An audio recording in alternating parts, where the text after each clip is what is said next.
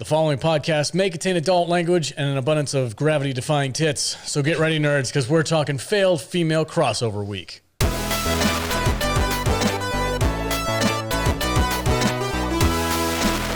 Dude, I had to go buy a The ambassador has spoken. I had to go buy a fresh bottle of Lubriderm before I started God watching damn it. All right. Lubriderm, that's what you use? That's great. Really good friction. Just because it has the word lube in it does not mean that's what it's intended for. That's the go-to Lubriderm. It works great. That's not what it's intended for. Well, it works. Just saying. He's like, I use axle grease. All right. I had to spit into a cup. Saliva works well. Oh, all right. God damn it. Jenna Jameson maintains that is the best lube. Here we go. Welcome, everybody. Stop. Whew. I can't deal with the sound effect. Welcome, everybody, and thank you for joining us on this episode of the Salty Nerd Podcast. We're going to be talking about Fair Game, Showgirls, and Barb Wire. I'm joined, as always, by my fantastic panel of nerds. Matt Vader is here. Welcome, sir. What's up, buddy? I'm doing all right. You okay? I'm okay. This episode's going to be wild. Yeah, just really quick before we get going, these movies were responsible for a lot of crusty socks back in the 90s. It's disgusting. Okay? I'm just saying. Yum. Jude is here. Hello. I was going to take a drink and then swallow, and then I thought, I just can't do that right now. And the producer of the show, Matthew Kadish. So this was Jude's choice this week on the theme. Jude, do you want to explain the thinking behind failed female crossovers week? I don't know that I do. I keep a list of show ideas, and I brought it to the group several times before they finally were like, well, fine. Well, what is a failed female crossover? So I just thought it would be an interesting idea to watch 3 movies that were box office flops that were supposed to be the big breakout box office starring role for people who are trying to cross over from something. So in Fair Game, we have Cindy Crawford crossing over from being a model into the big screen. And then Pam Anderson was crossing over from TV to movies. And then same with Elizabeth Berkley, who is crossing over from her Saved by the Bell TV starring role into her first major box office role. And I thought it would be interesting to talk about them because they were all widely viewed as flops. Well, they were flops. And oddly enough, all 3 of these movies, this is the first time we've ever done this on the show, all 3 of these movies were Razzie Award nominees. Yes, they and were. all 3 of them were Razzie Award winners. Is it Razzie as week? well. It's Razzie week. I was actually going to. There's your header. Yeah. I didn't do it, but because I ran out of time. But I was going to go to the Razzies and count up the number of nominations total between these 3 movies. Probably a lot. And it's like 14 or something stupid like that. It's an insane amount of Razzie nominations between these 3 movies. Yeah. It's incredible. All right, guys. So that's the topic for this week. I hope you guys enjoy this show. The first movie on our list is Fair Game. Before we dive into it, we're going to take a quick break. We'll be right back. Welcome back, everybody. Hey, if you guys want to support the podcast and get exclusive content in return, go to saltynerdclub.com. That is where the best stuff is. This month, we are doing Doctor Who. Next month in February, we're going to be covering Buffy the Vampire Slayer. It's going to be a great time. Our club members have access to 4 exclusive podcasts every single month on top of a ton of other backlog library content that we've made out through the last 2 years or so. So help support us and get some awesome stuff in return. Go to saltynerdclub.com. First movie on our list, Fair Game, starring Billy Baldwin and Cindy Crawford with a little dash of Selma Hayek. Your girlfriend. I know, I love it. Just a sprinkling. Just a sprinkling of Selma Hayek. All right, Jude, take it away. What is this movie all about? 1995 Fair Game. Rated R with a runtime of 1 hour, 31 minutes. Had a budget of $50 million. What do we think this brought into the that's it? box office? How did it flop with only $50 million? 95 money. Wow. I don't know, 30 million. I think you're stretching it. I'm going to say 5, maybe less. Really? Let's meet in the middle. $11 million. That's brought it? in. Yes, I win the showcase showdown on that one because I did not go over. Sure. You win a speedboat. I win a wooden acting, not an actress. Dude, Billy Baldwin has just a punchable face. Doesn't he? Every Baldwin has a punchable face. Would you like to know what it's about? I would love to know. Go ahead. The Mid-Range Baldwin is a tough cop with an even tougher job, protecting super lawyer Cindy Crawford from ex-KGB assassins after she discovers a hidden asset, the Tortuga, not knowing the clunky freighter boat is all decked out with secret evil spy equipment inside. This discovery gets her marked for death. She's fair game to any and all assassins, and there's only one cop who's Baldwin enough to take on Mother Russia for her. When her apartment gets blown up, he rescues her and puts her in protective custody. But when the safe house gets shot up, he realizes he can't trust anyone to keep them safe. They gotta keep moving to stay alive, so that means banging on a train, because this homicide slows down for no one. Unfortunately, the killers don't abide by the "if the trains are rockin'" credo, and if Detective Baldwin didn't have enough reason to take down the baddies, a set of unfinished balls are all the ammo he needs to rid Miami of the pesky killers who seem to be everywhere. Jesus Christ. Discuss. Nailed it. This fucking movie, dude. I swear to God, okay, listen. I'm just going to go ahead and say this now in advance of all three movies. Go ahead. All three of these movies today, my score is 1.5 stars. Okay. And it's half star for titties. Okay? That's the only reason. T-I-D-D-Y. That's the only reason they're getting half stars and they're not 1-star crap fest. All three of these movies. Okay. They're garbage. Awful, terrible movies. I thought this one was actually funny. This was hilarious. What I'm worried... This is me acting like Cindy Crawford. I'm a really good actress because I can read the script while I'm looking at it's awful. She's terrible. First of all, and she's got the lesser I'm Baldwin. very smart and a lawyer. I just happen to be this good looking detective. Oh man, brutal. Rough. Yeah. Rough. I'm really worried that Kadish is going to love this movie. Oh, he probably will. Do This is the greatest thing ever. Do you love this movie? I've seen it in the I theater knew it. 1,000 times. It's so ironically good. There's a character in his book named Kirkpatrick, and I was God. watching this movie, and I was like, no. Please tell me you didn't name your character. I didn't. Okay, thank Jesus. God. Whew, dodge that bullet. Do you have the collector box set of this movie, babe? I wish. I wish this movie had a collector box set to it. You know, It's got my collector box set. Oh my God. So it's hard to say what's bad about this movie because it's almost everything. Let's just go straight to it and go straight to the sex scene. It's the worst sex scene ever filmed. No. It's the worst. She is such a dead fucking lay for a hot chick. It is unbelievable. She just lays there. We see Lesser Baldwin's ass more than we see her Excuse titties. you, he is the mid-range Baldwin. It's unbelievable.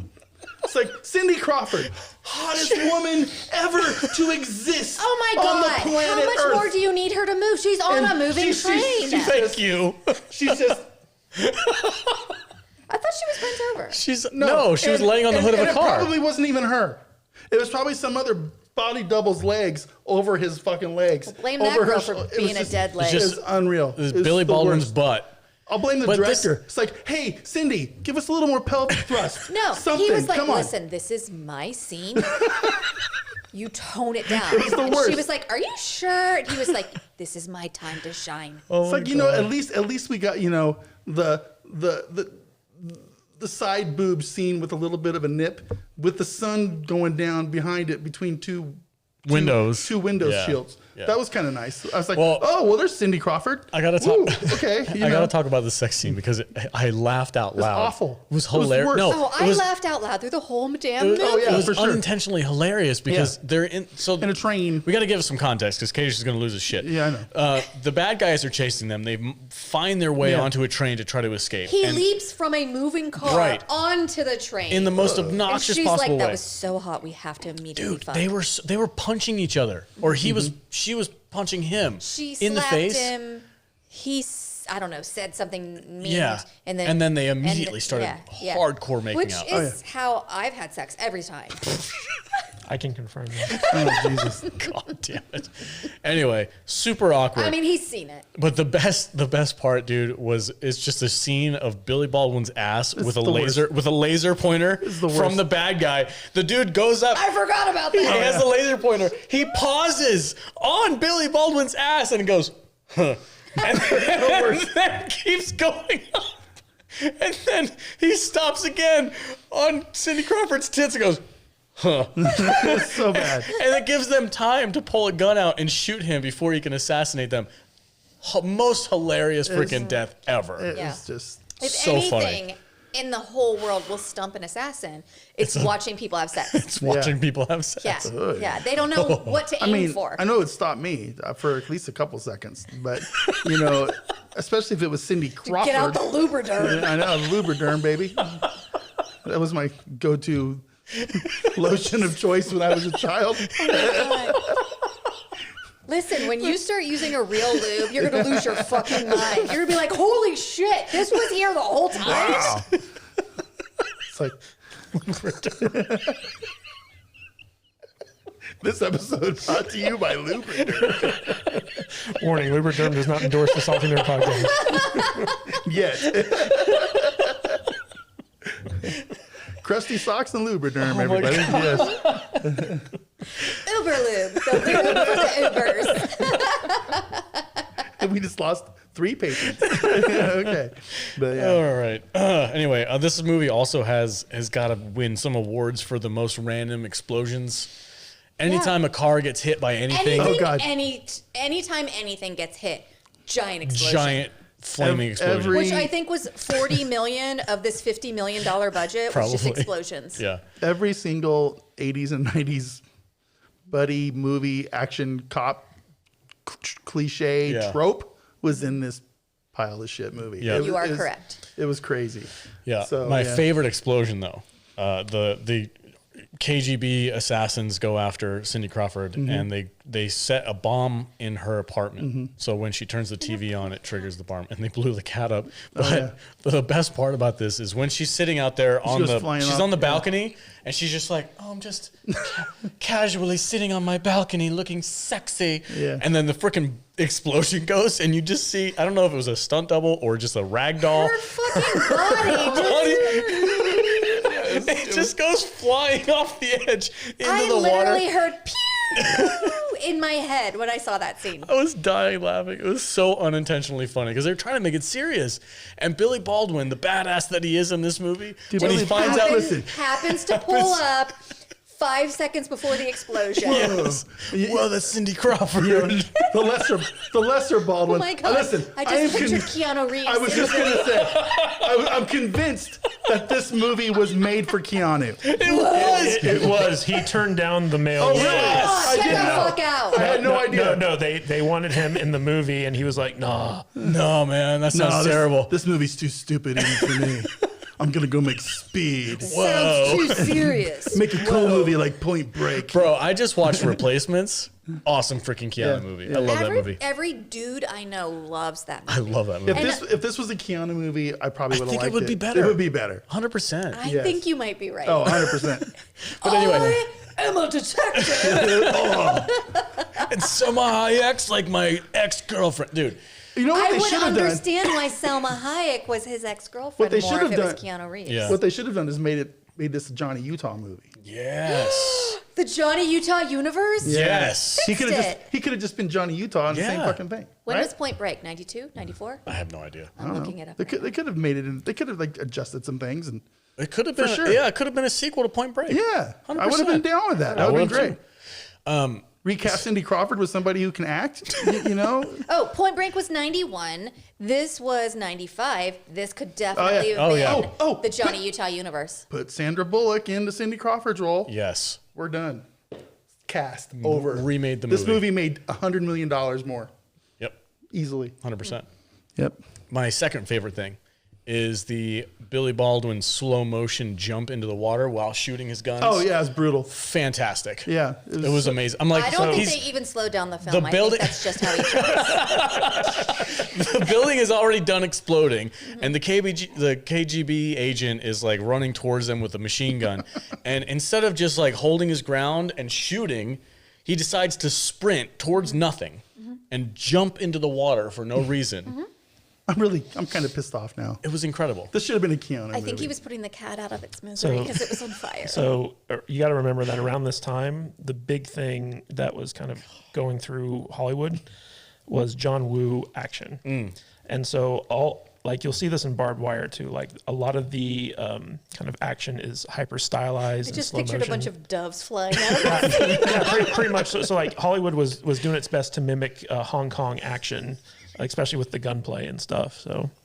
So we were watching the scene where Selma Hayek just dumps all of his shit in the street with her truck. And then picks up a baseball bat and starts hammering on everything. I love Selma while Hayek. traffic is trying to get by. She acts the hell out of this scene. So one of the We never saw her interesting again. points about this movie is that it went through extensive reshoots. And originally the ex was a different actress and she couldn't come back for the reshoots. And so they got Salma Hayek to come in. And Salma, I think she was kind of like on the rise in her career. And she was like, I'll do it if I'm allowed to rewrite the scenes myself. And so like every scene that she's in, which is only 2 scenes, like all of her dialogue and everything she does was entirely scripted by her. Nice. So she gets a writing credit? No. That's not how Hollywood works. She's a woman. Can't let her get a writing credit. Well, I remember seeing her in an interview one time where she had said that she was like on the phone with her mother talking about like, oh, I got a role in something, and her it was the movie that she did with Will Smith, and it's like kind of steampunk. I forget, Wild Wild West. Yeah. So she was talking about like, oh, I got a role in this movie, and it's called Wild Wild West, and I'm doing it with Will Smith. And her mom said, ugh, I just hope it's a movie that you're wearing clothes in, because up until this point, everything that she had been cast in, she was basically naked in everything. So I feel like she finally got her wish to be in a role that she was wearing clothes in. So a fun fact about this movie is that it's based off the Paul Gosling novel A Running Duck, which was later renamed to Fair Game. But this is the novel that the Sylvester Stallone movie Cobra was based on. And originally Sylvester Stallone was supposed to star in this movie, and then he backed out. And I think that like when he backed out, he also had the rights to his version of the movie. So like it was a weird thing, but this movie was created by Joel Silver, who's like a Hollywood super producer. He was the producer behind Lethal Weapon, Die Hard, Aliens, The Matrix, like, so a big, well-known producer. And he had been after Cindy Crawford to be in the movie for like years. Every time he'd see her at a party, he's like, Cindy, I'm going to make you a star. Just like, come to my movie. And she'd always turn him down because she's like, Joel, I can't act. I'm not an actress. It's like, Joel, I'm already a star. Yeah. And I make billions of dollars. And so like he just kept offering her more and more money until it got to the point where she's like, like I'd be stupid if I turned this down because they're willing to pay me so much money. And this was her first and only starring role. Really? This is her only movie she's ever been in? Yep. Well, she's been in other stuff, but this is her only starring role. Oh, okay. You know what's crazy about her? You know what's crazy about Cindy Crawford? What's that? She's looks exactly the same now. she 30 does. years later. Yeah? Yeah. Beautiful, Nice. Yeah. beautiful For- lady. Yeah, and So- this movie was released the same year that she got divorced. From Richard Gere? Yeah. Yeah. She was married to Richard Gere? Yeah, she was. She wasn't into gerbils, so they got divorced. So Jesus Christ. So speaking of Cobra, when you compare this movie to Cobra, like Marion Cobretti versus Max Kirkpatrick, yeah, I don't get it. come on. I don't see Cobra anywhere in this thing. No. So the director of this movie, Andrew Sipes, this was the first and only film he's ever directed. And Cindy Crawford talked about how terrible he was to work with. Oh, no. She just said that he was not a good director for someone who'd never acted before. He said she said that he was very short with her. And actually, Just go do the scene. Actually, it was reported that Stephen S. D'Souza, who was the screenwriter behind Commando, The Running Man, Die Hard, and the director of Street Fighter, he was secretly brought in to kind of like do some script rewrites and also like redirect some of the reshoots.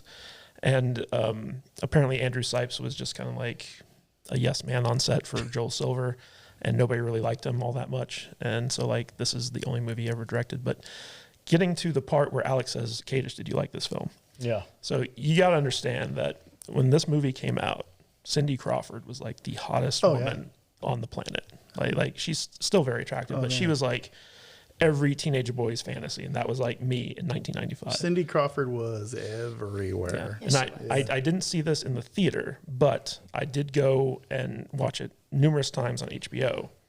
When it came out, and I was just like, In a dark room with your favorite socks. See with Lubriderm, yes, you get to see Cindy Crawford's boobs in this movie, and that was reason alone to watch it like 50 billion times in the 90s. So I actually really enjoy this movie. It's a guilty pleasure. It's not a good movie, but like it's an entertaining movie in the sense that like you know how bad it is. I think when we were watching the scene with Cindy Crawford and Dan Hedaya, where like the two lawyers are kind of going back and forth, and Dan Hedaya, he's kind of an overactor, but he's like a solid actor. And him against her and her like wooden line reading and stuff like that, there's just it's such a stark contrast that you can just tell how bad of an actress she is. Like she does sound like she's reading lines off of cue cards. For sure. You're right. I'm not going to waste our time dragging us into family court. Yeah, so Which like, I think is what gives it, 15, 20 years later, its charm. Yeah. I mean, it's... I'd get no charm It's out so of bad this. it's good. When it came out, it was supposed to be this big blockbuster action film. But now, in the year 2022, it's a comedy. Yeah. And I think it lands as a comedy. It's so hilariously bad. My favorite part of this movie was the KGB guy. Dude. And I don't even know why, but he kind of amused me a little bit. He was so hard for, like, violence. Yeah. And how he'd switch his accents off and on. My favorite- He's talking to people on the I phone and thought everything. he had an accent at No, one he. Oh yeah, he absolutely does. Okay. My But favorite go ahead. bad guy is the dude who only has sideburns. That was fantastic. How about The hacker guy. He has a pair of glasses and he has these big bushy sideburns and a shaved head and no beard. Literally, all it is just sideburns. That's all. It was. I was watching this movie. That's a crazy look. I was so distracted. I'm like, what is happening? well, it's funny. Stephen Burkoff, who plays like the KGB bad guy in this, like he was in the show Vikings. He was like one of the Viking kings that teams up with the Suns for like the big battles towards the end of the show. One of the later seasons, right? Yeah, we also have Shooter McGavin in this. Yeah. Yeah. Christopher And Robin. also, That's right. Yeah. the bad girl who was in T2, she was Jeanette the stepmother. Goldstein. Yeah. But she was also in Aliens. She was Rodriguez. Oh, in that's She Aliens. was the Right. KGB lady, right? Yeah. She was the Russian assassin lady. Vasquez. Vasquez. Yeah. The chick from Yeah. Aliens Yeah. is that chick? Yep. That's her. Get out of here. Yeah, she I put would on, not. she's put like- on a little weight. Are you sure? Yeah, I think so. 100%, yeah. Wow, that's so weird. Doesn't look anything like her. I never would have guessed. I never look thought it up. I never put her in Aliens and Terminator 2 together either. Although I will Oh, say, yeah, she was Private Vasquez in Aliens. Yeah. I will say her fight with the middle Baldwin, Mid-Range Baldwin. mid-range Less- Baldwin, Baldwin the Lesser. like he went full like ham on her, like he was punching her in the face, like just no holding back, hitting a woman. It was pretty impressive. Yeah, I thought for sure that they were gonna go a different way with that one. But Whatever happened to Baldwin the Lesser? Is he still around? What's he doing? Billy yeah. Baldwin? Yeah, he's still doing around. like TV He's shows and the shit. mid-range. Stephen Baldwin is the lesser Baldwin. No, he's way cooler than both his brothers. I don't know you know what you're talking about. It's just Billy Baldwin. That's there's- that's the young Baldwin the younger, and this was Baldwin the Lesser. I disagree. And he got Baldwin, the Alpha Baldwin. Alpha Baldwin is Alec Baldwin. Yeah. Yeah, for sure. Oh man, there was one scene that freaking cracked me up. Is they were using that infrared giant telescope thing in the truck to look through the building to find out where everybody was. It was like a heat signature. Yeah, but it was the graphics that they used were super weird though. Super because pixelated, They were right? like all Yeah, pixelated, yeah. but then there was like flames coming off of people. So like you'd scroll Body over heat.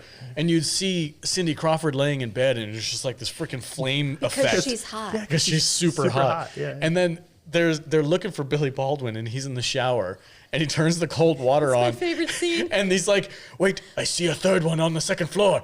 He just disappeared." because the cold water from the shower completely negates his body heat.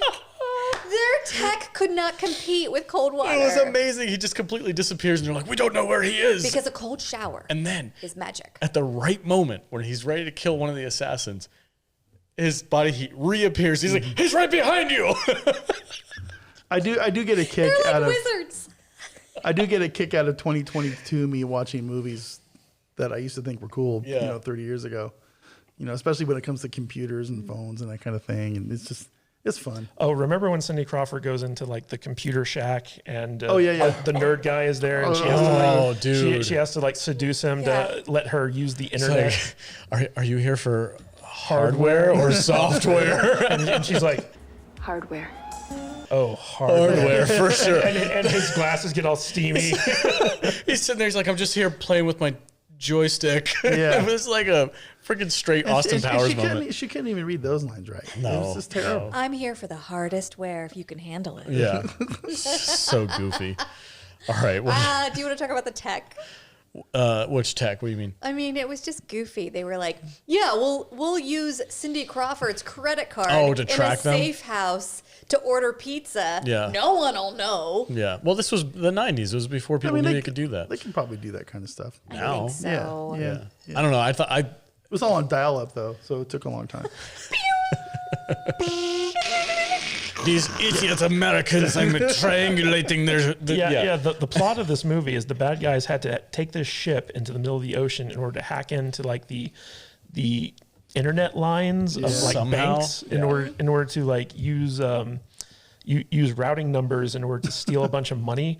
And it was just like, like you could have just let Cindy Crawford live, and then like when you bring the boat back in, let her do You her could have lawyer just thing. brought a different boat. Yeah, you could have. So, like, the moral of the story is, like, she's a lawyer. She found this piece of evidence that somebody needed to turn over she's as a divorce lawyer. part of their settlement. And because she discovered this asset, like, the KGB were like, now we have to kill her. But, like, they could have just turned over a completely different boat, and it would have flown completely under the wire and not been like a bunch of murder and explosions calling attention to your KGB-ness. I think my favorite line in this movie, they interrupt the pizza delivery guy, and they're like, they pull in front of him. They pull his big black SUVs and pull in front of him, and he stops. He's like, "Hey man, what are you doing? My pizzas are getting cold." And the Russian dude's like, "So are you?" Yeah. And he freaking shoots him dead. and it's young, not Dolph Lundgren. Yeah. And then when they go and they actually deliver the pizzas, he's like, "Oh man, I should have ordered Domino's. If I was Domino's, you'd still be alive." Just the one-liners, everything about this movie just screams every bad thing about the '90s action film. It's amazing, amazingly bad. It's awful. Awesomely bad. Favorite scene, and give it a final rating. Well, my favorite scene was Cindy Crawford. Which ones, the window tits or the train tits? Window tits. Okay, really window tits? Because train tits were just. That was just absurd. You didn't. It was absurd. It was so absurd. They're literally being chased by a helicopter. Like, wait, It's like, let's bang. It's like, are you ready to get down? Are you down? You DTF? Yep. All right, let's go. There's literally people hovering above them in the helicopter, and they're just like, "Screw it, let's go." Yeah, this is textbook fuck everything but us. Cindy Crawford's like, "Oh, I can just lay there like a dead seal if you want to like do stuff to me. It's fine." Yeah. It's awful. Final thoughts, give it a rate. Oh, you said 1.5. Yeah, 1.5. Okay, all right. Jude, Half final star for boobs. final thoughts, give it a rating. So through this movie, about midway through, I kept saying to myself, like, God, can she take a fucking shower already? Because she was literally like in the sewer or whatever outside of her apartment building, and everybody's talking about how bad she smells. And then they take her to this safe house, and she's laying on a bed, and she's covered in soot. And I was like, Jesus, get in the shower, you dirty bitch. And then for the rest of the movie, all she does is shower. And I was like, okay, settle down. How many times did she change her shirt? She had like So many. And there was one scene where she's just like hanging out, and he's like, "Yeah, if you want to go change your shirt, now's the time." And I'm like, that was weird. If you want to give your tits some air. Right? I know ladies like to give their tits air. I'm a sensitive guy. So ridiculous. Make sure you get the under boob.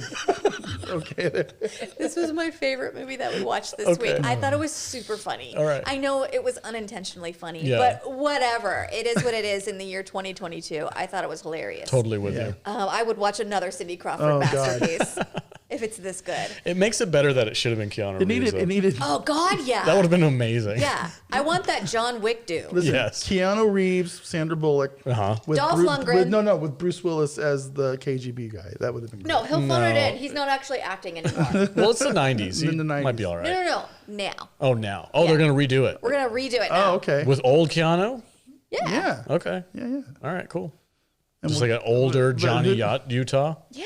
Yeah. Yeah, he's got a fucked up knee. Yeah. we need a new Johnny And he's just like, Utah "I'm movie. too old for this shit." Yeah. And Selma Hayek still And, looking hot as hell. Shit. Who was Dude, his they could bring partner in Cindy Point back. Break?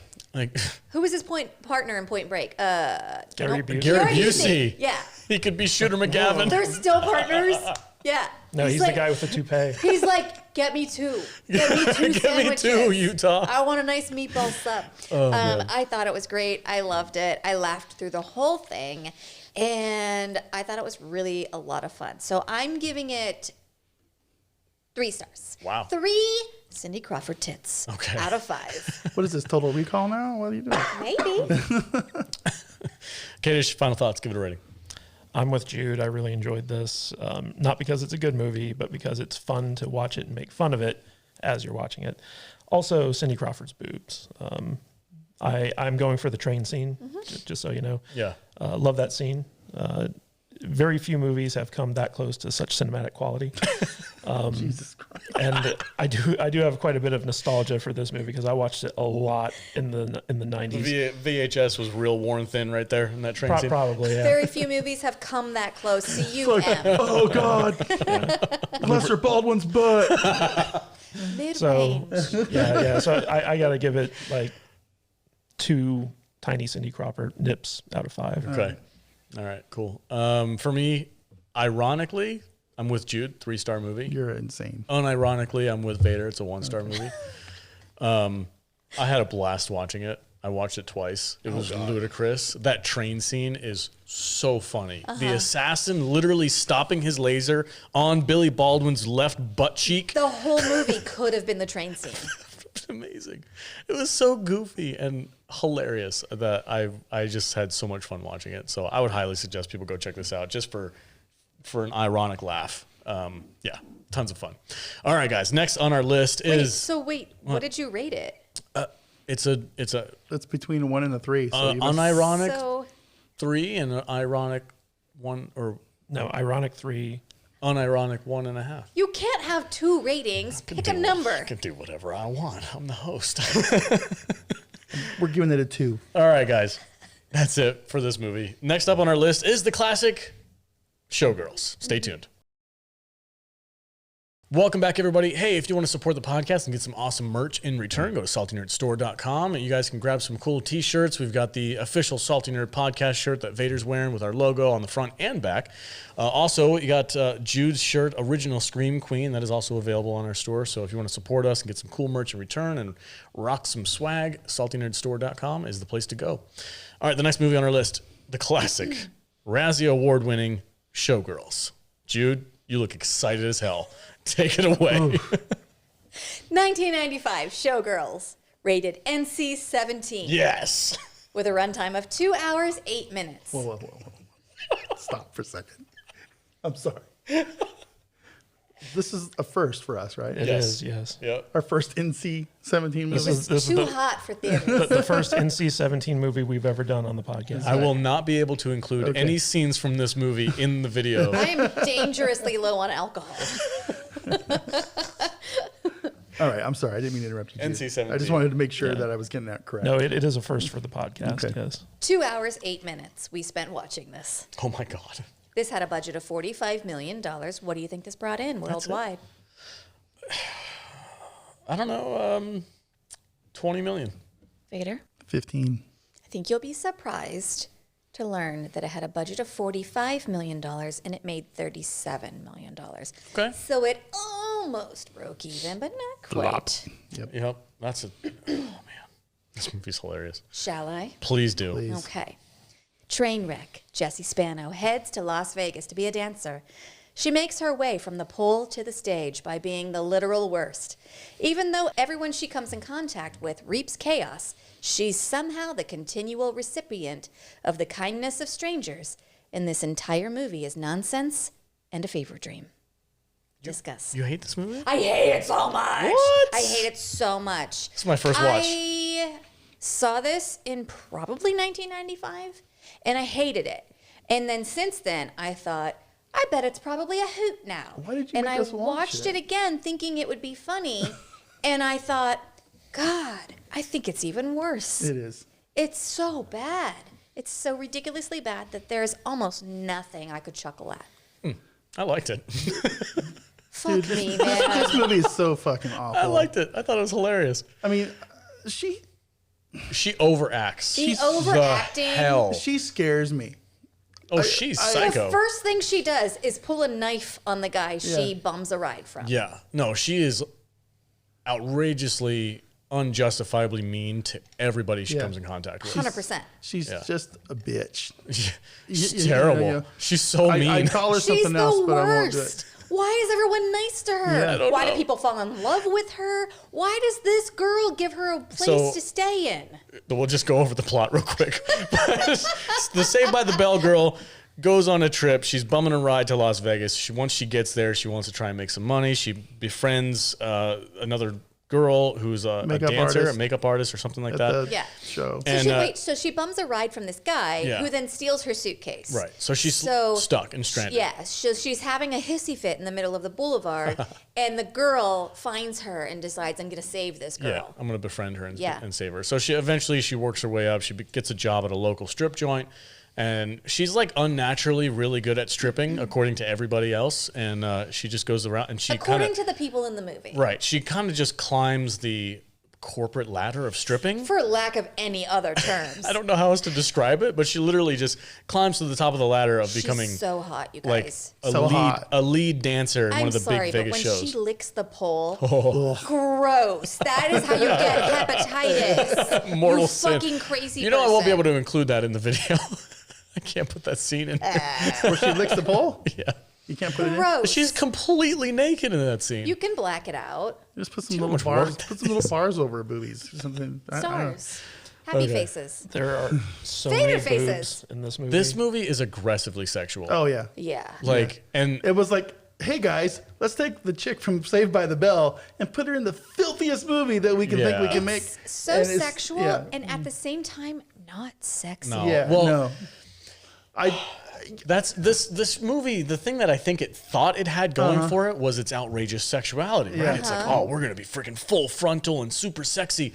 But then the scenes where they're actually like doing things that would be sexual, they're so over the top and aggressive. You're like, that doesn't look comfortable. No. Her performance is so Her gyrating, strange and it's so weird. I don't. And whose fault is that? Is that I would guess- Verhoeven's I or guess is it that's the hers? director, right? Because he's like, do more, dance more. Yeah, make Yeah, it more I- aggressive. All right, so here's the thing about this movie. We need to kind of Yeah, yeah, give please. a little bit of background. So it's directed by Paul Verhoeven, who was the director of RoboCop and Total Recall. And he was coming off of Basic Instinct makes for this sense. movie. Now, Basic Instinct was a huge hit, and it was like, you know, it made Sharon Stone like an A-list actress. And it was written by Joe Esterhaus, who also wrote this movie. Now, for those of you who don't know who Joe Esterhaus is, he was like the king of the erotic thriller in Hollywood. And he had just made Basic Instinct, Jade, and Sliver. And his script for Showgirls was in a bidding war. And at the time, they spent like $4 million to acquire his script. And it was the most expensive script sale in Hollywood history at that point. And so like this movie had a bunch of buzz around it as being like the next big like sexual thriller type thing. And so Paul Verhoeven was actually making a movie with Arnold Schwarzenegger at the time called Crusades. And the funding for that movie fell through. And so once that movie died, Verhoeven went to this movie because he had had such a huge hit with Basic Instinct and Joe Esterhaus before. And so MGM, which was making this movie, was like, hey, you know, like getting these two together is going to be like a big thing. And so like Verhoeven was like, you know, Hollywood royalty at this point. Like he had made a bunch of hits, launched a bunch of franchises, and you know, he launched Sharon Stone's career into the stratosphere. And so every young actress thought that working with Paul Verhoeven would make their careers. And this was supposed to launch Elizabeth Berkley. Yeah, so originally, like, they had gone to, like, a bunch of other, like, actresses. Like, originally they wanted Drew Barrymore, and Drew Barrymore was like, I'm not doing that much nudity. And She had already done Poison Ivy, I think, at that point. Charlize Theron, who was an unknown at the time, was also up in the running. But eventually, I think that they had cast, like, some other actress, and at the last minute she backed out, and so they went with Elizabeth Berkley. And Elizabeth Berkley was coming off of Saved by the Bell, obviously, and in that show, she played like the Miss Goody Two-Shoes, the overachiever, the good girl next door, that type of thing. And so like she wanted to break out of that kind of typecast that she was in by doing something radically She did. different. She never got cast for anything else Yeah, after nothing, this for like ever. 10 years. So unfortunately, this movie completely ruined her career. After this movie came out, she was dropped by her agent. She couldn't get a job anywhere. And the thing about her performance in this, because like right from the get-go, she's like spazzing out in every scene. Over the top. over the top She's in cranked every up to like scene. 15. Like the Nile goes to 10. She was at 15. She broke it and kept going. And She wasn't this bad in anything else she's ever been in. yeah, and Paul Verhoeven has publicly come out and claimed that was his fault, because he was like, I directed her to do that. She was not originally playing the role so over the top, but I felt like the role required that because that was the type of movie I wanted to make, and I was wrong. Like Oh, that's nice of him to take responsibility for it. yeah. He basically said like, I ruined this poor girl's career with my bad direction. Oh, interesting. He 100% did. Oh, yeah. Because there are scenes in this where she is believable. Yeah. And this could have been what I think they wanted it to be. But like her over the top acting in every scene takes you completely out of it, and it's throughout the whole movie. Yeah, like well, as soon as you start getting into it, she does something off the wall that you're like, what the fuck? and, That's so bad. You know, she was only paid $100,000 for this movie. Get out. Jesus. Whoa, to do all that? Yeah, to do all that. Well, she thought that this was going to launch her into the Yeah, A-list. but I mean, God. And she basically told the entire crew at the beginning of the shoot, she was like, hey, you guys are going to see all of me, because she does full frontal in this. And, you know, like, just deal with it.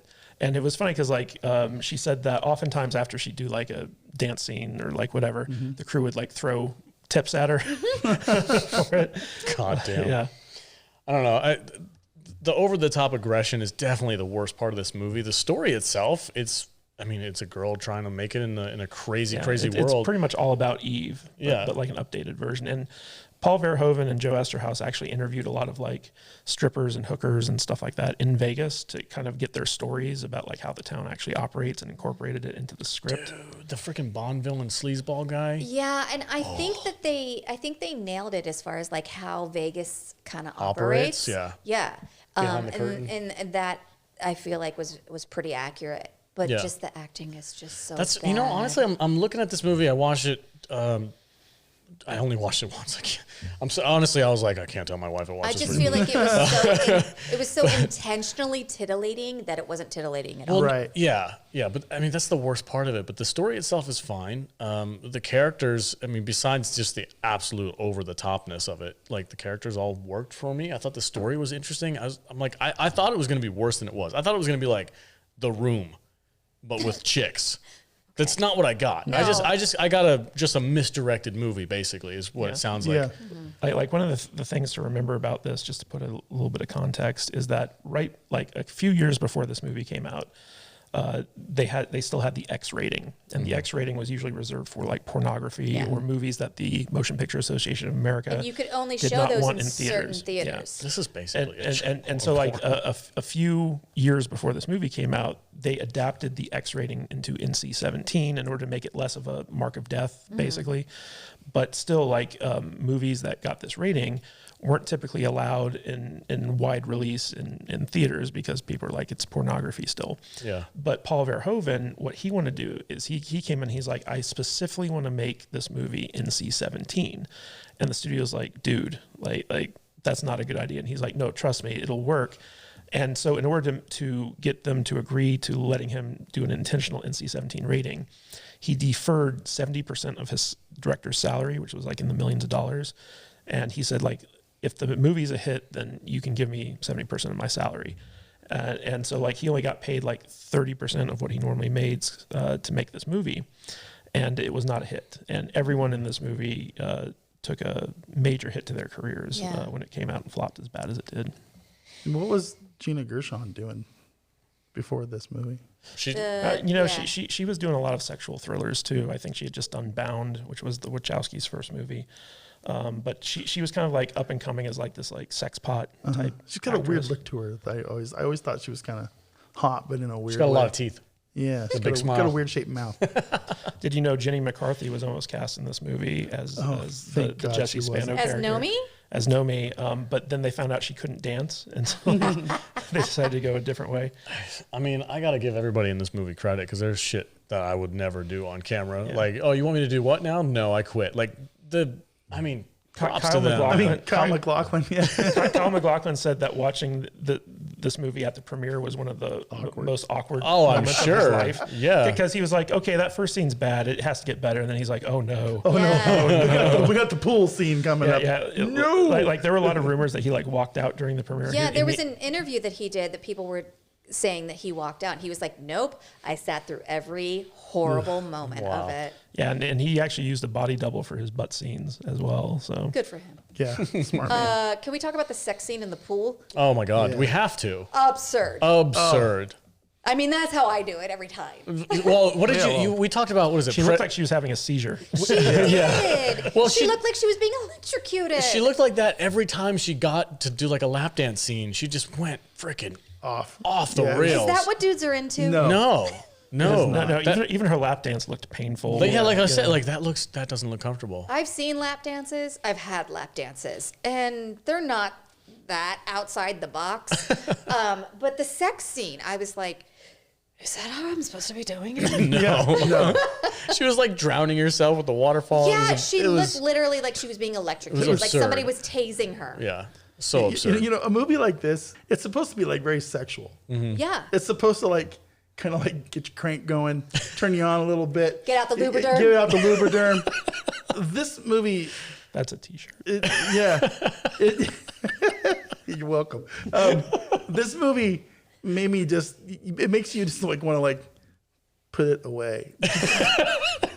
And, you know, take the cum sock and just like throw it in the corner. I'm not gonna do that anymore. Go play some video games. Did anyone else here ever watch Saved by the Bell back in the day? Oh, Yeah, I've seen it. I was a little old, but Well, I grew up on Saved by the Bell. Same. And the idea that there was a movie where Jessie Spano gets fully naked, like that was a big draw. right. That was the 15 million. You this weren't did old make. enough to go see it, Yeah, though. none of the people that wanted to see Jessie Spano naked were able to actually go see this movie. Yeah, But you the had to fun- rely on older brothers, and none of you had any. The funny thing about this is that, so how much did this movie make at the box office? How much did it make? Yeah. 37 million. All right, so it made $100 million in VHS rentals. Oh, for sure. And DVD Yeah. sales Yeah. and stuff like that. So like this movie has made its money back and Yes. then some. This I don't movie- think anyone in this movie saw that money, though. In fact, I want to just showcase this. So this is the You! this is the special edition. You are one of those Showgirls people. thing. And my good friend Aaron Siegel, who's the mayor of Paramount Studios, he gave this to me for a birthday gift a long time ago when I was living in LA and working at Paramount.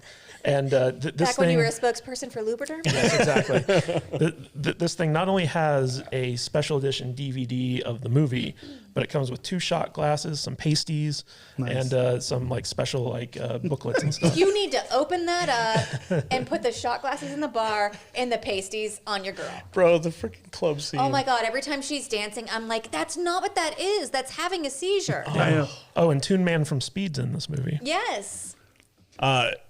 I didn't hate this movie as much. Like I said, I was expecting like The Room bad. It wasn't that bad. The sex scenes are absurd. They're absurd. Completely absurd. But I think that's the only thing I can really say about it. No, like it's the bad. story, The whole movie's bad. Story's cool. Story's interesting. Characters are interesting. It's just really bad directing. How's the dancing for you?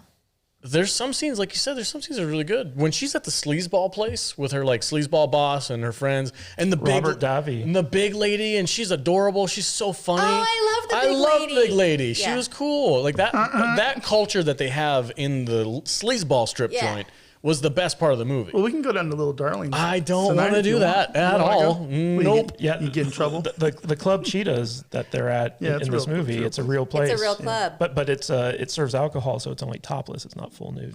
Little Darlings. 100 hot chicks No, and 3 little ugly ones. darlings. Recruits at high school graduations. I'm not going there. Also, the big lady was Mama Bazoom. Zoom. Mama Bazoom! and Davy, Robert Davy. Robert Davi. Joe Flanagan corrected me on that pronunciation. Robert Davi has some of the coolest leopard print T-shirts. He really stuff does. for men that I've Yeah. ever seen.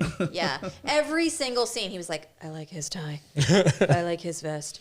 I like that couch he's sitting on. Yeah. Every time there was a cheetah print to be had, Kadish was like, I fucking love that. And the cinematography for this movie is actually the best part of it. Yeah, it's very colorful, very well shot movie. It looks good. Yeah. And the costuming is good. Yeah.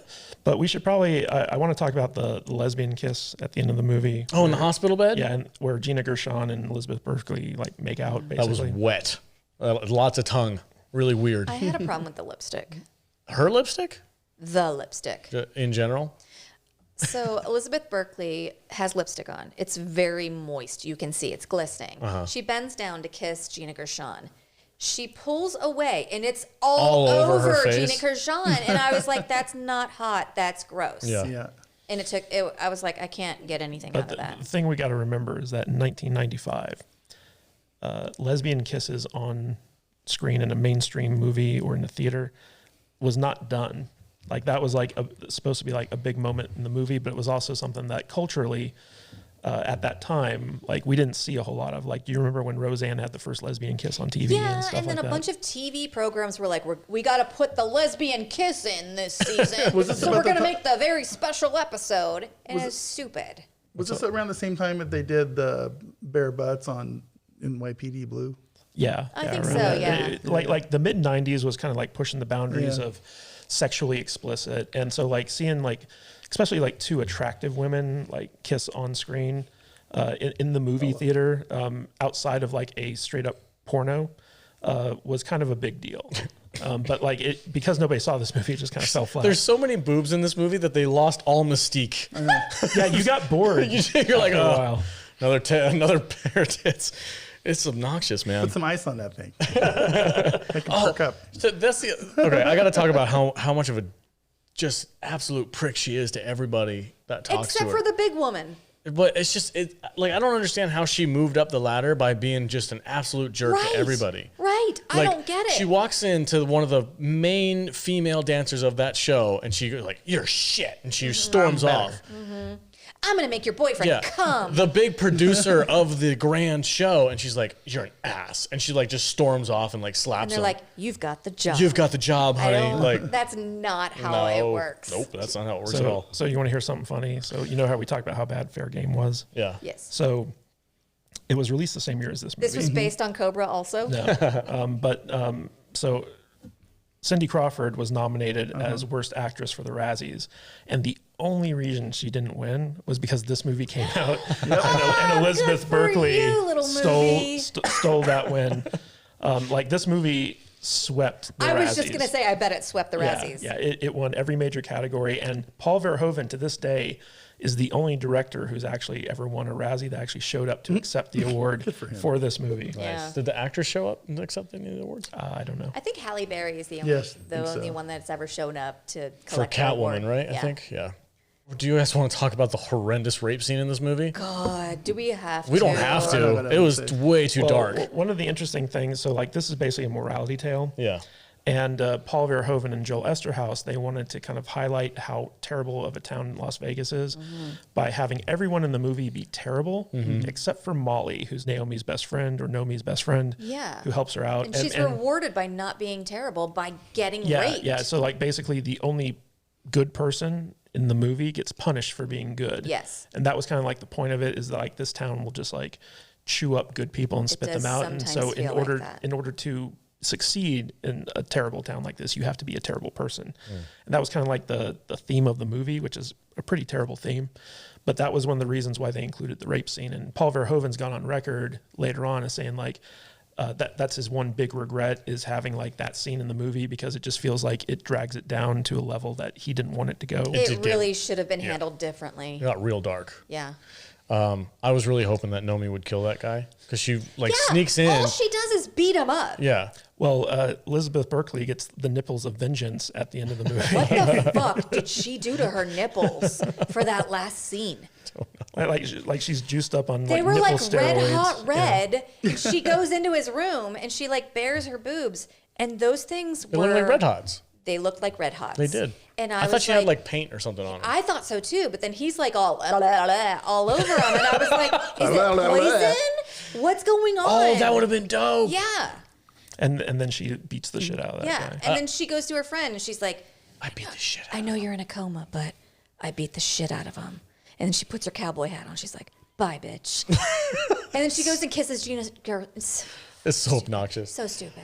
All right. Final thoughts, V. I don't know what else to say about this. Is it 1.5? Yeah, half star for boobs. Okay. Well, One 1.5 star total. It's a lot That's of it. them. It's just I've watched this movie way too many times than I want to admit in my life, and I'm so disappointed in you. I know, right? I don't know if I'm ever going to watch it again because I don't have to, and it's just it's awful. This is my first watch. It's a terrible movie. It's my first watch. I was expecting way worse. There's been several times when I've been like flipping through HBO at 1 o'clock in the morning. It's like, oh, Showgirls is on. Okay, keep going. It's just like, yeah. So yeah. All right, Jude. Final thoughts. I Give it am a with rating. my work husband here. Okay. It's a 1.5 star. It didn't make me angry while I was watching it. I really thought that it would have gained some campy humor given enough time, but it has It takes not. itself way I too feel seriously. like it's gotten worse with time. Yeah. It didn't make me angry while I was watching it. That's what I need for it to be a 1-star crap fest. I need it to make me angry. If someone makes me watch it again, it will be a 1-star crap fest. I never want to watch this You again. own the special box set. I do not. Well, what his is yours and yours is his. In about another year and a half. So, fun fact, that box set has been in the studio for over a year. It's been holding up Corky. Yeah. And this morning, Kadish was like, where's my Showgirls box set? I was like, it's over there, huh? That's because she's always moving shit on me. I can't find anything. I do what I want. Okay, here's final thoughts. Give it a rating. So I can't give this a 1 star because it's a Paul Verhoeven movie. It's not like terribly bad. I feel bad for Elizabeth Berkley. Like overall, like it is a bad movie, but it's not something that makes me angry when I watch it. I got a little bit of nostalgia for this movie. It's not terrible. That being said, it's not good. So I got to give it, at least 2 nipple pasties out of 5. So 2. Okay. 2 Lubriderms. 2 Lubriderms, totally. 2 boxes of Kleenex. Oh man. Okay, it's my first watch. Never seen it before. Watched it for the first time. I was embarrassed. I had to kind of like. Praying no one walked in the room. I'm like, Jesus, I hope my wife goes to sleep soon. I was like, I can't be watching this shit. Wait, you're watching it on your phone? Yeah. No, I did. I had it on the TV for a little while, and I was like, I can't have Well, this on how the TV. crazy is it that it's on Tubi, which is free to anyone, Yeah. and it's an NC-17 movie? Yeah, it was pretty intense. But like you do see Beaver in But the I had it on the screen. That's Don't a call it weird that. name for it, I man. don't want you to call it that. the Beav. Hey, nice. Let me beaver. finish my final thoughts.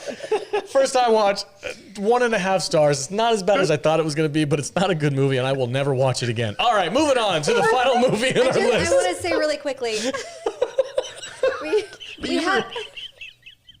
we have it on while we're talking about it, and we just got to the scene where she's Licking the pole.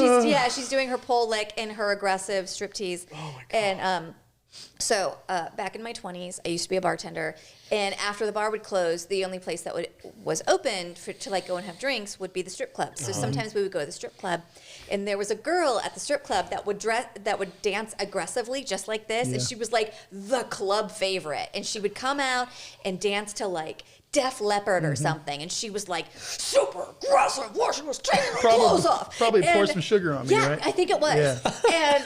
And she was like the club favorite. And while I was watching this for the podcast, I was like, oh, that makes me think of Shelby.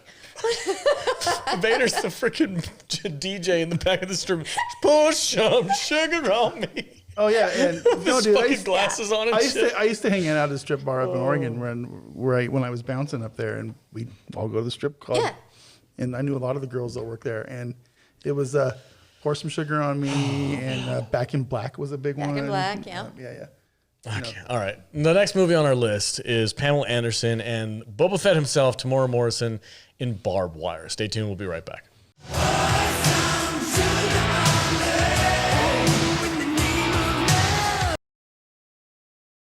Welcome back, everybody. Hey, if you want to support the podcast, go to saltinerdiscord.com and come and chat with us. We're active in our Discord app. We have a fantastic community over there, and we would love to add you to it. We have chat rooms dedicated to every show that we talk about, plus podcast chat rooms and video game chat rooms. And it's a ton of fun, guys. And we really want to build that Discord community because it's the way that we can directly communicate with our fans and listeners. And we love having you in there. So head over to saltynerddiscord.com and come hang out. All right, last movie on our list today is Barb Wire, starring Pamela Anderson and her gravity-defying boobs. Go ahead, Jude. Take it away. 1996, Barb Wire. Rated R with a runtime of 1 hour, 38 minutes. This had a budget of $9 million. That's it? It's adorable. Cute. What do you think it brought in? It bombed at $9 million? Wow. $2 million bucks. V? 2 or 3. I'm going to stay right there, too. Yeah. Choose. 3. $3 million. Oh, you won again. You won another speedboat. All right. God, this movie is ridiculous. Go ahead, Jude. Take it away. What's it all about? Okay. 2017, the distant future. There's only one free city left, and Barb Wire runs the Down and Dirty Hammerhead Club. Barb doesn't take sides. She just takes money and dick.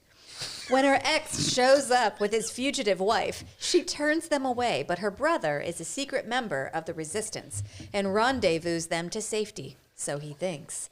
When he goes to check on them, the goons sneak up on him and make a huge mistake. When Barb finds her brother's dead body, she breaks her one rule and fires up her armored van to pick up where her brother left off, helping the fugitives get the hell out of town and taking out as many goons as possible on the way. Also, don't call her babe. Best opening credits Ever. There's never been a movie that has a better opening credit sequence than this. Also, her costuming throughout this opening scene Incredible. Makes her look like she's nipping so hard that it's like an antenna. Oh, her every single costume that she has is just cleavage. So look, I know I said every movie this week was a 1.5 star. Are you going to give this one too? I'm gonna change after I've thought about this a little bit.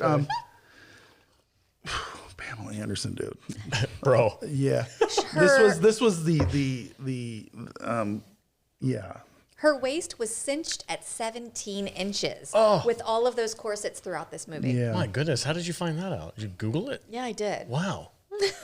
So we I should do my research. we should probably describe what the opening scene to this movie is. It's her It's a pole dancing. striptease. It's her being hosed down In with water. probably a fire hose and swinging on a swing in a leather dress. That has barely a top to it. There's- she's It's a zipped full up out. dress, which is zipped down. Yeah. Yeah, and they're flying out. It's And incredible. incredible. So this opening scene was actually Pamela Anderson's idea. Of course it was. So like she came up with this, and the director David Hogan had been getting pressure from the studio to include more nudity, and so he was like, "Yeah, let's do it." Okay. And so like this was all Pamela Anderson's idea, and she was not using a body double. That was I'll really her. reenact it. I want to be naked on a swing. Okay. Let's do it. The like weird noir vibe, like detective. It's got like weird what's the classic music that you hear for like grungy detective movies? Like it's like everything's a freaking guitar solo, but it also has like some weird trumpets in it. It's Jazz. Is it jazz? Jazz guitar. Jazz guitar and jazz trumpet, like the noir Detective guitar. Yeah, it's got detective. Yeah, it's basically like Law and Order, but like a little spazzier. You can coin it. Bow, bow, bow.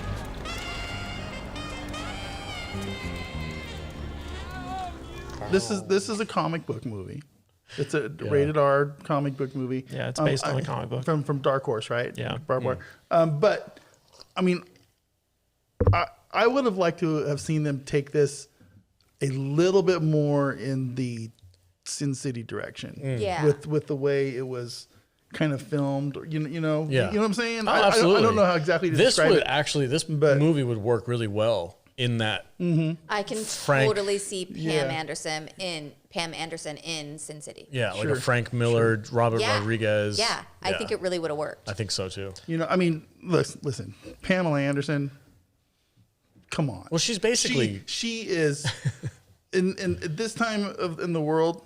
there was nobody else. She was just everywhere. She was gorgeous. She's beautiful. Mid-90s, she was like the hottest girl on the planet. There was nobody hotter. Okay, and we talked about Cindy Crawford as a supermodel, but Pamela Anderson was just like, holy shit, it's Pamela Anderson. She was the slow motion running on the beach. Baywatch. Yeah, This movie, you cannot get away from. She just has perpetual sex Oh, hair. well, that's just her hair. That's what she looks Does it like. always look like that? Yeah. Oh, okay. Yeah, I mean, it's just Pamela Anderson. Just That ain't what she looked like in Tool Time. I mean, she was hot Which in is Tool Time what she either. was crossing over from. Yeah, she which was on Home TV. Improvement. I love that show. It's just, man, I mean, she was so beautiful. She's freaking smoking. And she had Tommy Lee and his giant dong. And it's just. Not in the movie. But, you know, I mean, she just had everything she wanted back then. Rader's like, yeah, her husband's dong. You used a lot of Lubriderm. Yeah, I mean, Jesus. I mean, fuck. I don't know what else to say about this movie. It's just all just Pamela Anderson just looking sexy as hell doing weird detective things. I want to interview Tamora Robinson someday. Morrison. Morrison. And let's go. So, what was it like to make out with Pamela Anderson? Was that pretty good for you? You know what I love about Tamora Morrison in this movie? Like, he shows up in the most obscure films. Like, I'm just watching, this is like mid-90s goofy movie. You mean Tamora Morrison from Speed 2? Yes, that guy. from Speed 2 and, the Book of Boba Fett and Jango Fett from the Clone Wars. And freaking, like, it's so crazy to me. I'm watching this random mid-90s movie. Is that Axel? Axel who? It's Okay, Axel. okay. It's the guy who. I don't watch Mandalorian. It's the guy who's married Boba Fett. to the doctor who they're trying to get to Canada. He's the ex. Okay. Yeah. Okay. Got it. Please continue. But he was super cool in this movie. He got described as irresistible to females in this movie, which was awesome. He's like, because she has this guard dog that like only people who are invited up to her little loft above the bar Doberman. Get past the Rottweiler. Doberman. Yeah. Sick balls, Camille. Yeah, get Camille. and she's all like, she's in this weird bubble bath where she's up there just like in a strangely She clear. takes so many showers and baths throughout this and like changes her clothes. She's like just manning her bar. And then she's like, yeah, come on up and we'll discuss business while I change. Yeah. Why are you changing, bitch? The funniest thing is like she's got like 5 layers of paint on her face the entire movie, but she also does the Christian Bale Batman voice the entire movie. Oh yeah. I'm Batman. I'm Barb Wire. She so does. Yeah, Yes. she really does, and the way they light her is so funny. So like she's got like the smoky eyeliner, and They light and her like she's Shatner from Star Trek. It's just this light yeah, bar across her eyes. It's like this noirish kind of like light bar where like her entire face is in shadow except for her eyes. It's really, really kind of funny because the guy who directed this, David Hogan, he only ever directed music videos. This was his first and only feature film. I can see why. I can That see makes that. That's like the Zack Snyder school of filmmaking. But it's funny because the story for this movie is actually Casablanca, basically. They Yes. just took Casablanca and added like a female bounty hunter Have you to seen it. Casablanca? I have. I did not make that connection. Yeah, like Do you now? Like she's Sam Spade. She has like the neutral territory bar where Okay. like you got the Yeah, she's Nazis bogey. and stuff like that. But the interesting thing about this movie is that it was written by a woman named Eileen Shankin, who is kind of like this feminist icon in Hollywood. She created the Handmaid's Tale and the L World. Get out. Yeah. Oh wow. So like she wrote this movie and she came up with the story for it, and it's pretty far from feminist, if you ask me. Like this is not a feminist movie. No. Agree. This is practically an exploitation I film. feel like where Showgirls failed at being titillating, I think this nailed it. Yeah. It's very titillating. Yeah. And I think Pamela Anderson, I think her body looks unreal great throughout real. this. But I don't know if it's the lighting or how they have her made up or what, but I actually Googled, like, was Pam Anderson on drugs while she filmed this? But I don't think she was, but I just don't think that she actually looks good. And I think that was the intent. Like, they wanted her to look like so sexy, but I don't think They went over the top. Oh, succeeded. I I think that she just looked so rode hard and put away wet. Not to, I mean, I use that phrase, whatever. But she just looks so rough throughout it. But her body is looks amazing. I loved her look through this whole thing. Yeah, I went and saw this in the theater when it came out because I was like, ooh, Pamela Anderson's hot. Listen, and you know, when we started watching it again for the podcast, I turned to Jude during that opening like water dance scene. I said, this is the best part of the movie. It's all downhill from here. He was like, just so you know. It does. It has very, very low budget vibes to it. Like almost like everything takes place in a warehouse. Like it feels very Creepazoids in that way, where they just reuse the same set over and over again. Yeah. Here's the thing I can appreciate about this movie. It's a comic book movie. It's absurd. It's low budget, and it knew it.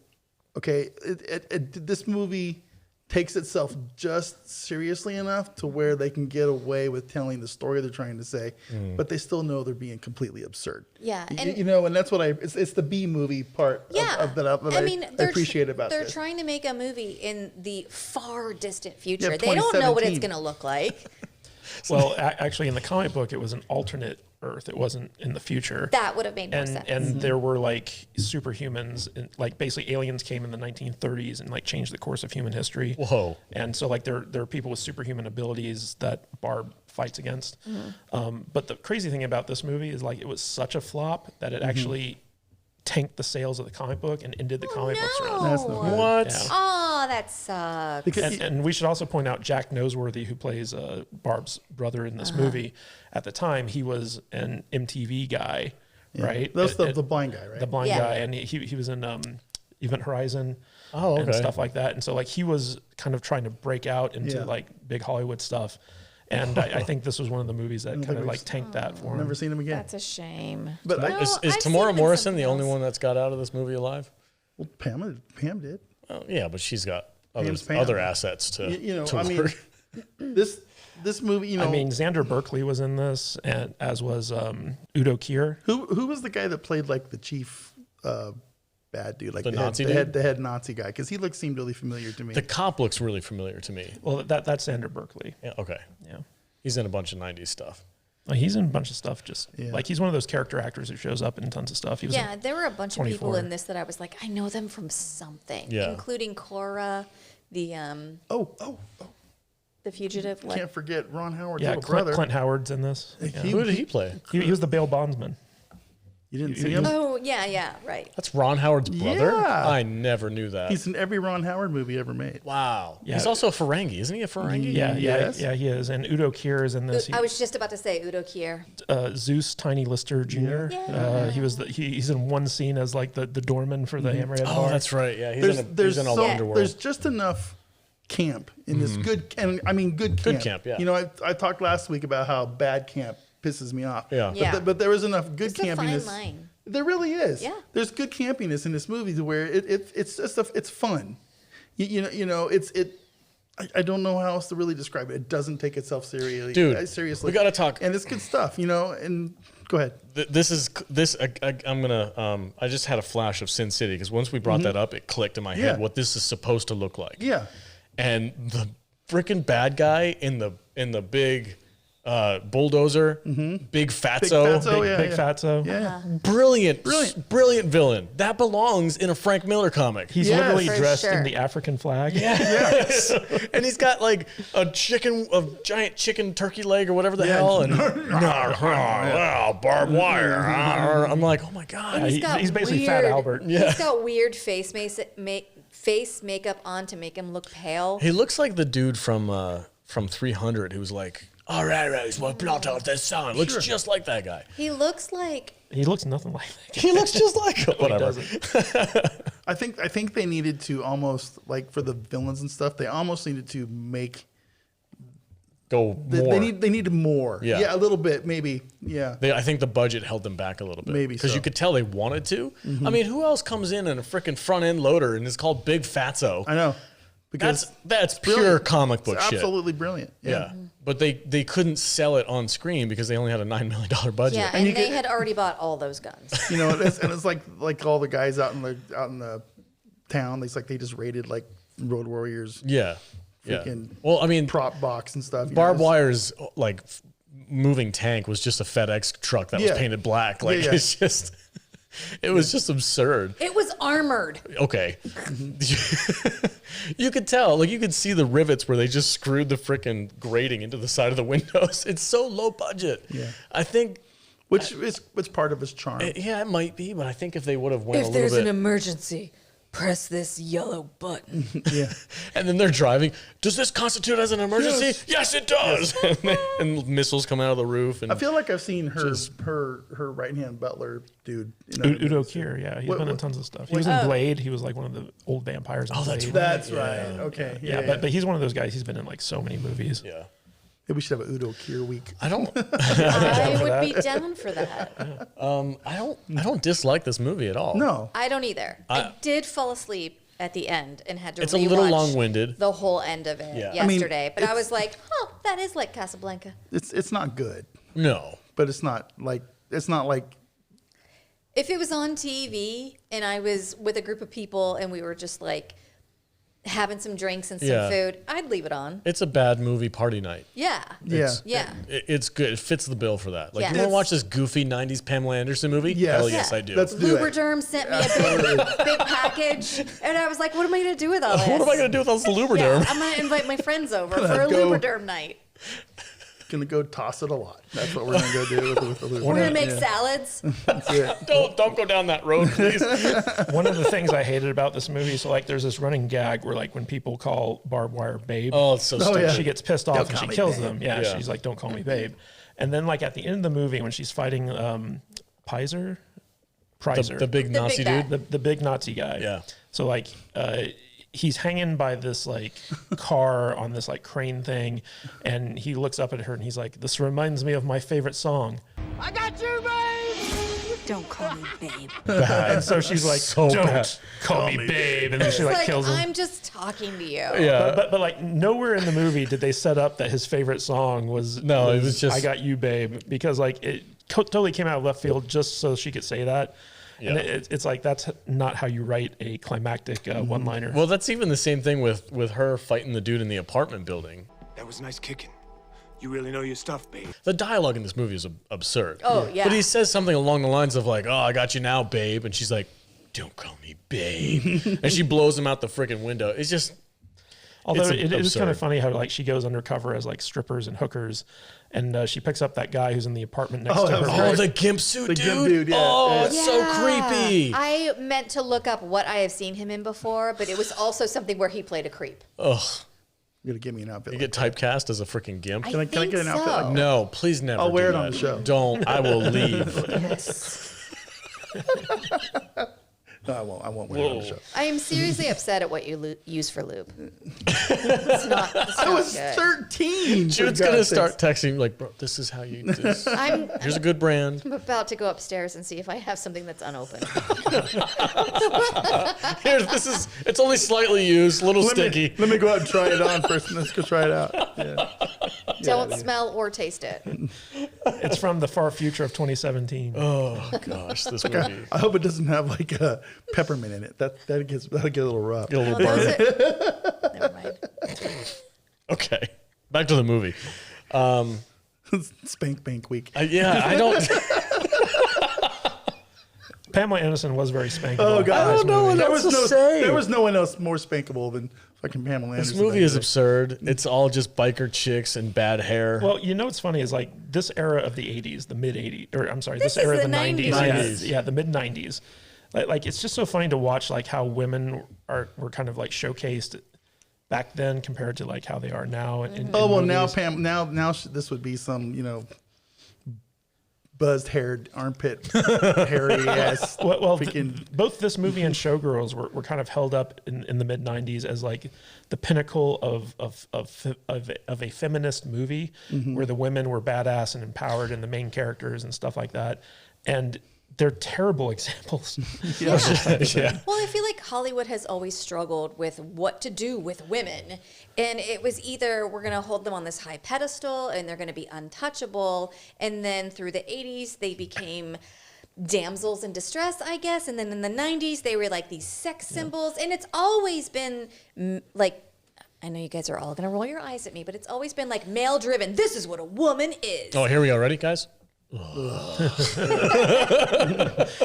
But I mean, I feel like that's like, really accurate of like filmmaking. There's always just this like tier of what to do with women, and it's never been accurate. But then you got chicks like Pamela Anderson who just freaking own it, and they're like, hell yeah, I'm gonna make a movie like this. It's basically Alex's. I'll remind you this bomb. It's Alex's philosophy of give me a cigarette, you whore. Nobody's gonna get that reference. That is a members only content. Go to saltynerclub.com and look for the Doctor Who episode where I put on a French accent for a little while. It goes off the rails. And pretends to smoke cigarettes. Some pretends to smoke cigarettes. Doctor Who. But it is that mentality where it's like the woman is either untouchable or she's a complete whore. Well, Yeah. is that's the Madonna complex? maybe, I don't know. It makes sense. I think Barb Wire actually lost out to Madonna for like worst actress of the year at the Razzies for this one. Is she a Mary Sue in this movie? Oh, totally. What? Yeah. Mary Sue, you know what that is, right? You don't think she is? She's literally good at everything. Yeah. That thought never crossed my mind. Her only weakness is that somebody calls her babe. That's not even a weakness. Her only weakness is bubble baths. Stupid, campy comic book movie, dude. I don't care. All right. Is Taint Girl a Mary Sue? I wouldn't call her a Mary Sue. I think you need to settle down. Settle down? You're What? so sensitive. What are you talking about? You're like, this is woke. Is she a Mary Sue? Oh, come on. Like I've ever said that more than once. You said it multiple times in our Peacemaker review. That's because that show's terrible. No, I'm not saying that as like I mean, this movie's not good, so I don't care if she is or not. It's not like freaking Star Wars or something, but I'm like, this is like the epitome of like. She's a soldier. She's a bounty hunter. She's a badass. She was a soldier. They set that up. She was a soldier with the best hair you've ever seen in the battlefield. And boobs. And she's hot, got a super fine ass and a really nice pair of jugs, and she's amazing. It's Pamela Anderson, man. Okay. Don't talk shit about Pamela Anderson. I'm really sorry. I like Tool Time too, man. I like Tool Time too. Heidi was, I don't know. Do you like Heidi or Pamela Anderson better? I don't know. I loved Heidi. Heidi was awesome. I don't think I'm a blonde girl. Like, I get why you guys think she's so hot, and she is, but it's a bit too done up. Like who said they have like 7 layers of paint on her face? He did, but yeah. Like, there's a scene where she's like drunk and like waking up in her bar, and like the amount of makeup that's caked onto her face is almost comical. I just feel like she's so overdone with the hair and makeup that she's not beautiful in this, and I don't know if that was the intention. But that's her look, though. That's it's sex hair. quintessential Pamela Anderson. She also had like the outlined lips and stuff like that. That was what was hot back then. Sorry. Yeah. We're all just distracted watching her in the GIMP. Yeah, the guy in the GIMP suit with the paddle. So weird. This needs to be like a Quentin Tarantino, Robert Rodriguez movie. That would have been better. Yeah, I feel like under a different direction, this might have actually worked. Yeah. You know what movie this reminded me of, though, is Johnny Mnemonic, just in terms of its look and feel. Mm-hmm. Yeah, I can see that. Yeah. More weirdness, but yeah, it could exist in the same world. All right, I don't have anything else to say about this movie. It's fun, it's campy, it's weird. Her outfits are great. Yeah. Pamela Anderson. Costuming is great. Pamela Anderson is rocking it in this movie. Tamora Morrison is fun. There's this one scene, my favorite scene in this movie, which is also the most absurd, is when Tamora Morrison goes into the bar and sees Barb Wire for the first time, and she's so flustered that literally their entire dialogue back and forth is just them hated that scene. Pacing back and forth within like a 3-foot radius. She just and she's, I can't talk to you right now because of this, and she just goes back, and I'm like, what are they? Is the set just that small that they couldn't like, hey, let's walk around the bar? Yeah, they just went. It was so weird and strange and bad acting that I loved it. I hated it. It was like they couldn't think of better blocking, and they were just like, just do whatever. And they were like, maybe we should just pace. As a filmmaker, what do you think of that? What was the reason behind that? Music video director. Okay. Okay. Lots of motion. I have a lot of anxiety, and the only time I pace is when I'm having an attack. So I guess I'm triggered by that, and it's not the movie's fault. It's my fault. All right, let's do final thoughts on Barb Wire. Vader, take it away, bud. I enjoyed this movie more than I want to admit. I did. No, it's yeah. Thank you. I don't know. It's campy, like you said. It's fun. I wish they had gone a little more in the Sin City direction, made it a little more comic booky. But I feel like this movie knew what it was, And I thought Pamela Anderson was Pamela Anderson. I thought she looked great, and I didn't think for her low bar of an acting ability, I thought she did fine. You know, pointing guns at people and looking hot, and you know, flashing this once in a while. So yeah, I can't say nothing bad about it. As far as a grade goes, I'm gonna go 2.5. Wow. 2 plus half a star for boobs. Okay. So yeah, that's 2.5. I'm gonna put it right down the middle. Yeah. So All right. that's Jude? where I'm at. Once again, I align with my work husband. I think that Pamela Anderson did everything that was asked of her. And I feel like this could have been really good. And I think that the fault of the movie is not with the actors. I think the fault was probably with, I don't know if it was the direction or like the cinematography. But like, yeah, I could totally picture this as like a Frank Miller comic book Sin City movie, It needs another and $10 it would have million, worked. right? It would have worked, but it just doesn't.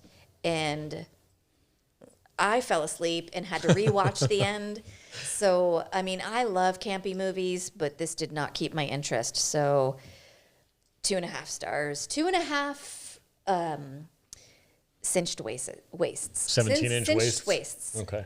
And a Harley Davidson for good measure. Kadish, go ahead. What's final thoughts? Yeah, I like this movie more than I thought I would upon the rewatch. The last time I saw this was in the theaters back in '96.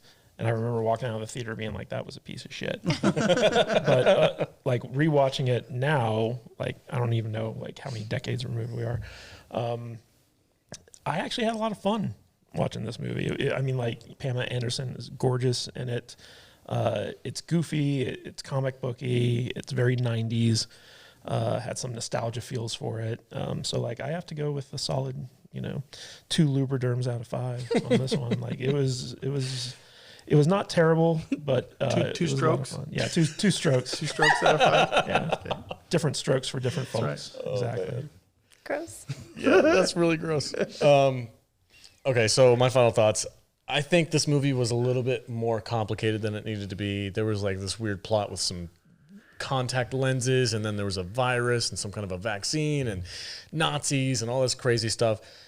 Boil it down to its basic elements and stick with that. I think it could have been better, and I think it needs the Frank Miller, Robert Rodriguez treatment. Yeah. Sure. Like watching it now, I'm like, oh, totally. Everything would have worked if they would have went Don't like that. change a thing. Yeah. Except give it that filter. Yes, give it the filter, and yeah, I think that would have been great. Then I mean, you can't go wrong fighting Nazis. No. It's the perfect villain. Nobody likes them. Yeah, you can get away with doing all kinds of crazy shit. Big Fatso, freaking hilarious. Yeah. I love that character. That fits in a freaking Frank Miller comic book if nobody else does. Pam Anderson. And he don't fit anywhere else. Pam Anderson did her job. I think they did go over the top with her hair and makeup at some times, and then there's other times where it works really well. So I don't know what the deal is with that, if it's just cinematography. She always looked good, though, no matter how weird her hair and makeup Yeah, was. they went, like, this is the best look she has, is the cocktail dress at the bar. Oh yeah, That's top tier. This crazy rock band is pretty funny, too. I love all of her outfits, but I think there's just so much styling to her hair and makeup throughout the movie that you can't see her face. And her waist is so small. It's so It's small. almost comically tiny. Yeah, it makes her look like a Bratz doll. Like it makes her look like an hourglass. Literally, she's like tiny in the middle, Yeah. and her hair is so big because it's full of secrets. But like, there's so much styling done that I think it detracts from the character's vulnerability, if that makes sense. Like, you can't see her face. We're going deep. The scene, I think she looks I think she's just simmering very right vulnerable. There. She just looks well, like I amazing. said, the cocktail dress is the best look. Yeah, But that scene where she's like passed out drunk in her own bar, and her brother comes in, and she's like having flashbacks, and he's like, "You got to drink to remember, not to drink to forget." Yeah. Forget. Good for Cheers. you, man. No gurgurgurts. But like, they did the flashback when she was in her army gear, and Yeah. I don't think she had any makeup on, and I was like, she's beautiful. Still look good. Yeah, still look great. I'm gonna say this is probably my favorite of the week. 2.5. 2.5 Yeah, stars. we're all right there. Yep, it's fun. It's a goofy comic book movie, but I had a lot of fun. I had more fun with it than I thought I was going to. Fair Game was my favorite. This was your Fair favorite? Game, yeah, I think this might have been my favorite because Okay. I can't get over Billy Baldwin's ass cheek in that movie. Can I ask you a question? I don't think I've had more fun watching 3 movies for a show. Oh, come on. Caveman Week is amazing. Last week I didn't have fun watching those. Okay. You guys fought me so hard on doing this week. Can I ask you a question? Yeah, go ahead.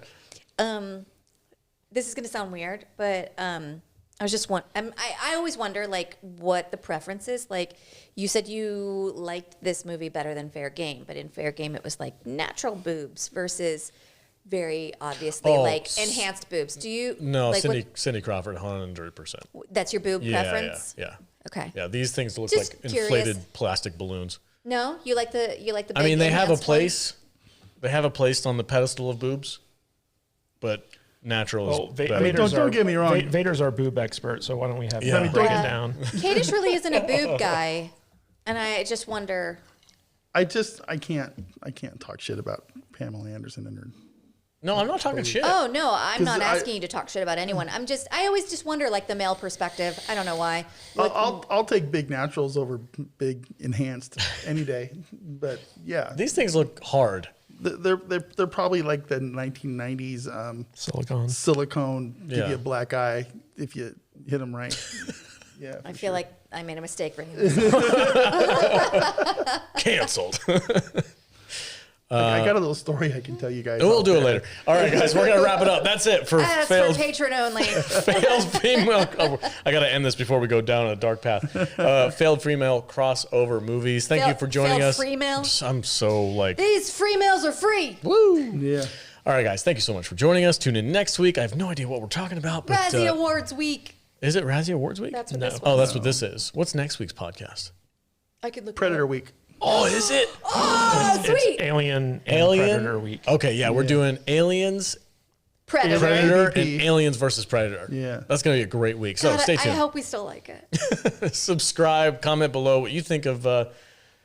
You know what? I can't. Yeah, and we're gonna Yeah. do our last Doctor Who next week. That's for true. the patrons. Yep. Head over to saltynerdclub.com to get access to those episodes. Vader, where can they find you on the socials, bud? You can find me at MattVader74 on the YouTube, Instagram, Facebook, and Twitter. Yeah. Cool. Those. Very good. Jude? You can find me at I am Juju on Instagram, Twitter, and TikTok, and you can find us on Patreon, where you get 4 exclusive episodes every month. Nice. I'm going to have you do that from now on. Matthew Kadish. You can find me at Matthew Kadish, Kadish on Twitter. KadishBooks.com takes you to my Amazon page where you can check out my books. And also, if you would be so kind as to give us a 5-star rating on Apple Podcast, just go to saltynerd.com/rate. It'll take you right there. And we're trying to get 200 5-star reviews so we can be officially certified by Rotten Tomatoes as movie critics. So any help you can give us with that is much appreciated. Yep. And lastly, if you really want to support the podcast, go to saltynerd.com/DC and download Dragon Champions. It's a fantastic mobile game. You get to collect heroes and fight them. They support us, and we want to return the favor and support them. So head over there, type in Salty in the promo code. You guys get some exclusive stuff. And it's a great game. It's a lot of fun. It's free to play, so jump in. And everybody, thank you guys so much for watching. And stay tuned next week. Stay salty, my friends.